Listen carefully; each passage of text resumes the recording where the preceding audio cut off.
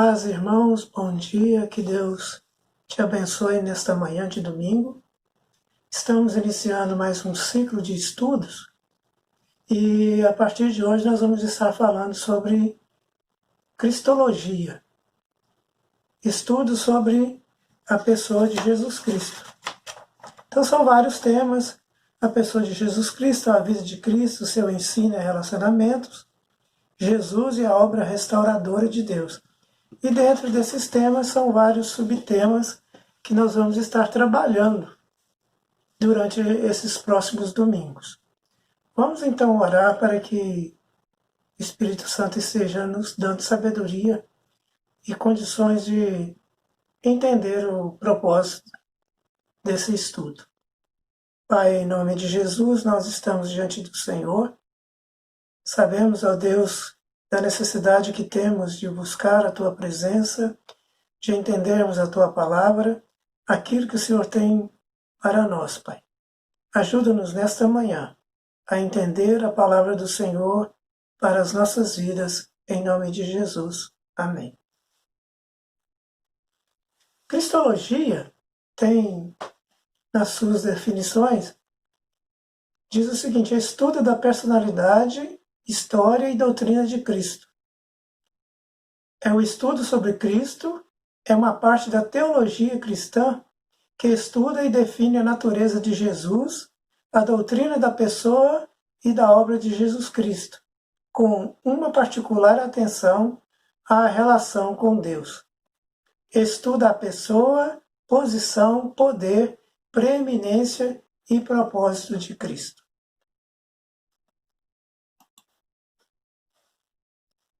E hoje nós vamos estudar como ser uma igreja cristocêntrica. O nosso texto é de Mateus 7, 21 e 23 e Colossenses 1, 18. Nós vamos ler esse texto de Mateus 7, 21 a 23, que diz o seguinte: nem todo o que me diz Senhor, Senhor, entrará no reino dos céus, mas aquele que faz a vontade de meu Pai que está nos céus. Muitos naquele dia vão me dizer: Senhor, Senhor, nós não profetizamos em seu nome? E em seu nome não expulsamos demônios? E em seu nome não fizemos muitos milagres? Então lhes direi claramente: eu nunca conheci vocês. Afastem de mim, vocês que praticam o mal. E o texto de Colossenses 1,18 diz que Cristo é o cabeça do corpo, a igreja. Então nós vamos ver como que é a igreja cristocêntrica. Quais são os desafios de uma igreja cristocêntrica? E nós vamos fazer um paralelo entre cristocentrismo e antropocentrismo. No início da igreja primitiva, havia o cuidado de manter viva no coração das pessoas a soberania de Deus, Cristo como Salvador e Redentor da humanidade. Sem Cristo, a igreja não cumpria seu papel, sua missão e a sua vocação, ou seja, anunciar as boas novas de transformação, libertação e submissão a Cristo. No entanto, o que nós vemos hoje é a centralidade do homem e não de Deus. Isso é o antropocentrismo, ou o ser humano, o homem, no centro das coisas. O homem ele tem dificuldade para reconhecer a soberania de Deus. Ele não conhece os fundamentos da fé cristã, pensa mais no seu prazer em detrimento de Deus. Está focado nos seus prazeres, naquilo que lhe faz bem, e o seu coração se afasta de Deus, não reconhece Deus. Dentro das igrejas, nós vemos hoje, uma teologia focada no bem-estar do crente, ao invés de desafiá-lo a uma busca pela santidade, submissão ao Senhor, ao senhorio de Cristo, adoração, ir para o secreto, como diz Jesus: entra no teu quarto e Deus que vem em secreto te recompensará. Buscar a Deus, buscar intimidade com Deus.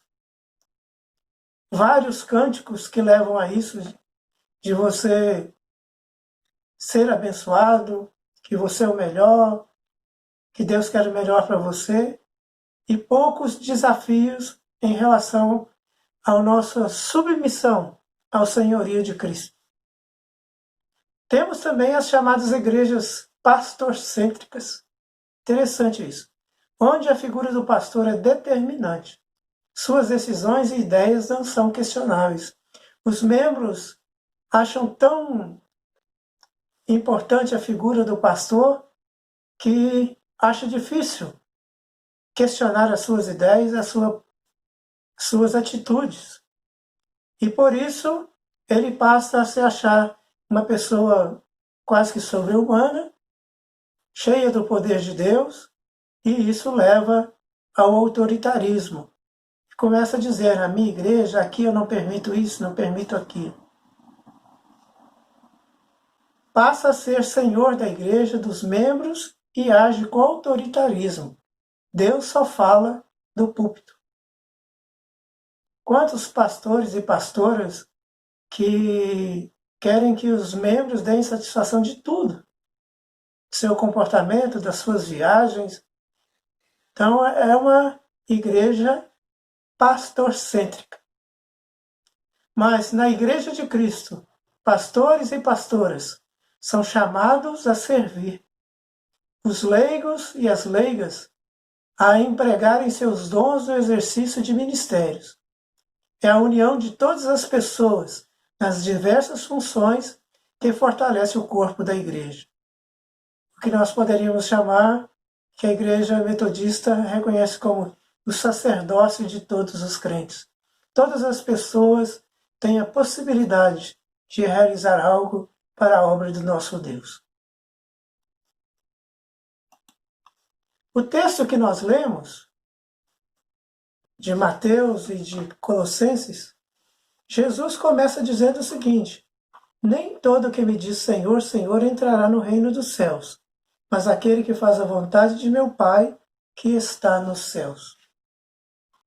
Esse texto ele faz parte do Sermão da Montanha, é o final já do Sermão da Montanha, e Jesus alerta nos versículos anteriores aqui, do 15 ao 20, sobre os falsos profetas. Tomar cuidado com eles. Ele fala que a árvore boa não pode produzir fruto mau. E nesse texto que nós lemos, Jesus está nos alertando sobre o perigo do auto-engano e da auto-ilusão. Você achar uma coisa que não é. Ele frisa o fato de que nada tem valor diante de Deus, exceto a verdadeira retidão, a verdadeira santidade, aquela mencionada em Hebreus 12, 14. Segui a paz com todos e a santificação, sem a qual ninguém verá o Senhor. Não adianta nós chamarmos Jesus de Senhor, Senhor, profetizar, expulsar demônios, curar, falar para multidões. Isso não é o fato decisivo para nós entrarmos no reino de Deus. E aí corre-se o grande perigo de desenvolver uma fé intelectual, filosófica, abstrata. Agir impulsionados pela carne, pensando que estamos fazendo por causa de Cristo. E aí nós podemos citar dois casos que exemplificam isso. Quando Moisés voltou para o Egito para livrar o povo de Israel, os mesmos milagres que Moisés fez, os mágicos também fizeram. Moisés, por uma motivação certa, guiada por Deus, e os mágicos, por uma motivação totalmente diferente. O profeta Balaão, ele entregou a mensagem certa, no entanto, ele mesmo foi apenas um profeta mercenário. Em Colossenses diz que Cristo é a cabeça do corpo, a igreja. Nós sabemos que a igreja são as pessoas, são os membros. Uma igreja, para ser cristocêntrica, precisa ser humilde de espírito, ter fome e sede de justiça e ser misericordiosa. Ela precisa reconhecer o senhorio de Cristo e a sua autoridade. Se não acontecer isso, se nós não fizermos isso, corremos o risco, como Jesus fala, né? Não entrarão no reino de Deus. Vocês não entrarão no reino de Deus, não vos conheço. Reconhecer o senhorio de Cristo e a sua autoridade. Reverendo Gilberto Eringer diz o seguinte: uma igreja cristocêntrica é aquela que tem a vida, os ensinos, a postura, o ser de Jesus como centro de sua existência. Em uma igreja cristocêntrica, tudo pertence a Cristo. E tudo o que presentemente se encontra debaixo do domínio do pecado deve ser reorientado para a justiça bíblica. A igreja é aquela que tem a vida, os ensinos, a postura, o ser de Jesus como centro de sua existência.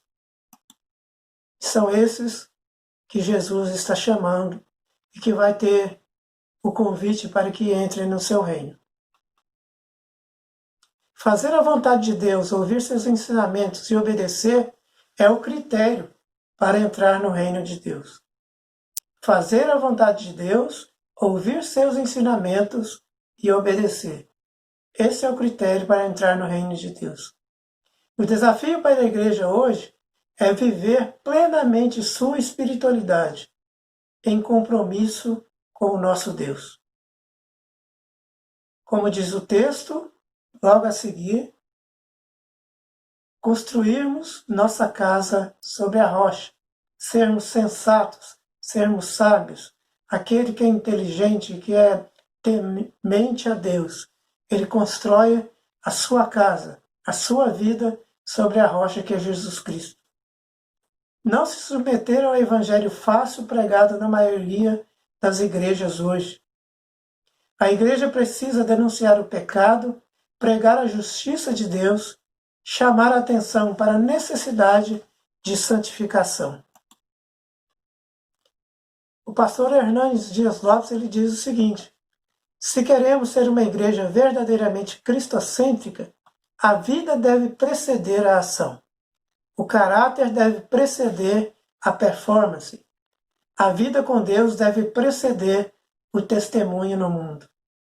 Se não formos humildes de espírito, se não chorarmos pelos nossos pecados, se não tivermos fome e sede de justiça, se não formos puros de coração, se não formos mansos, misericordiosos e pacificadores, não poderemos ser sal nem luz nessa terra. Não podemos demonstrar o que não somos. Não podemos refletir o que não temos. Primeiro precisamos ter vida com Deus, para depois termos vida para Deus. Se essas coisas estiverem em nós, nas nossas atitudes, no nosso relacionamento com Deus e com o outro, nós vamos ouvir o convite do Senhor.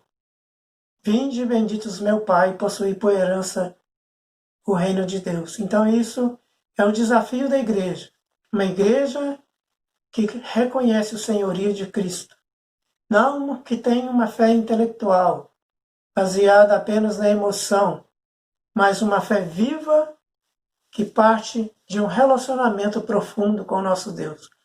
Então seremos uma igreja cristocêntrica quando esses fatores, esse reconhecimento de que Cristo é o cabeça da igreja, é o Senhor da igreja, reconhecermos isso de todo o nosso coração, aí sim nós vamos poder dizer que nós servimos a Cristo verdadeiramente.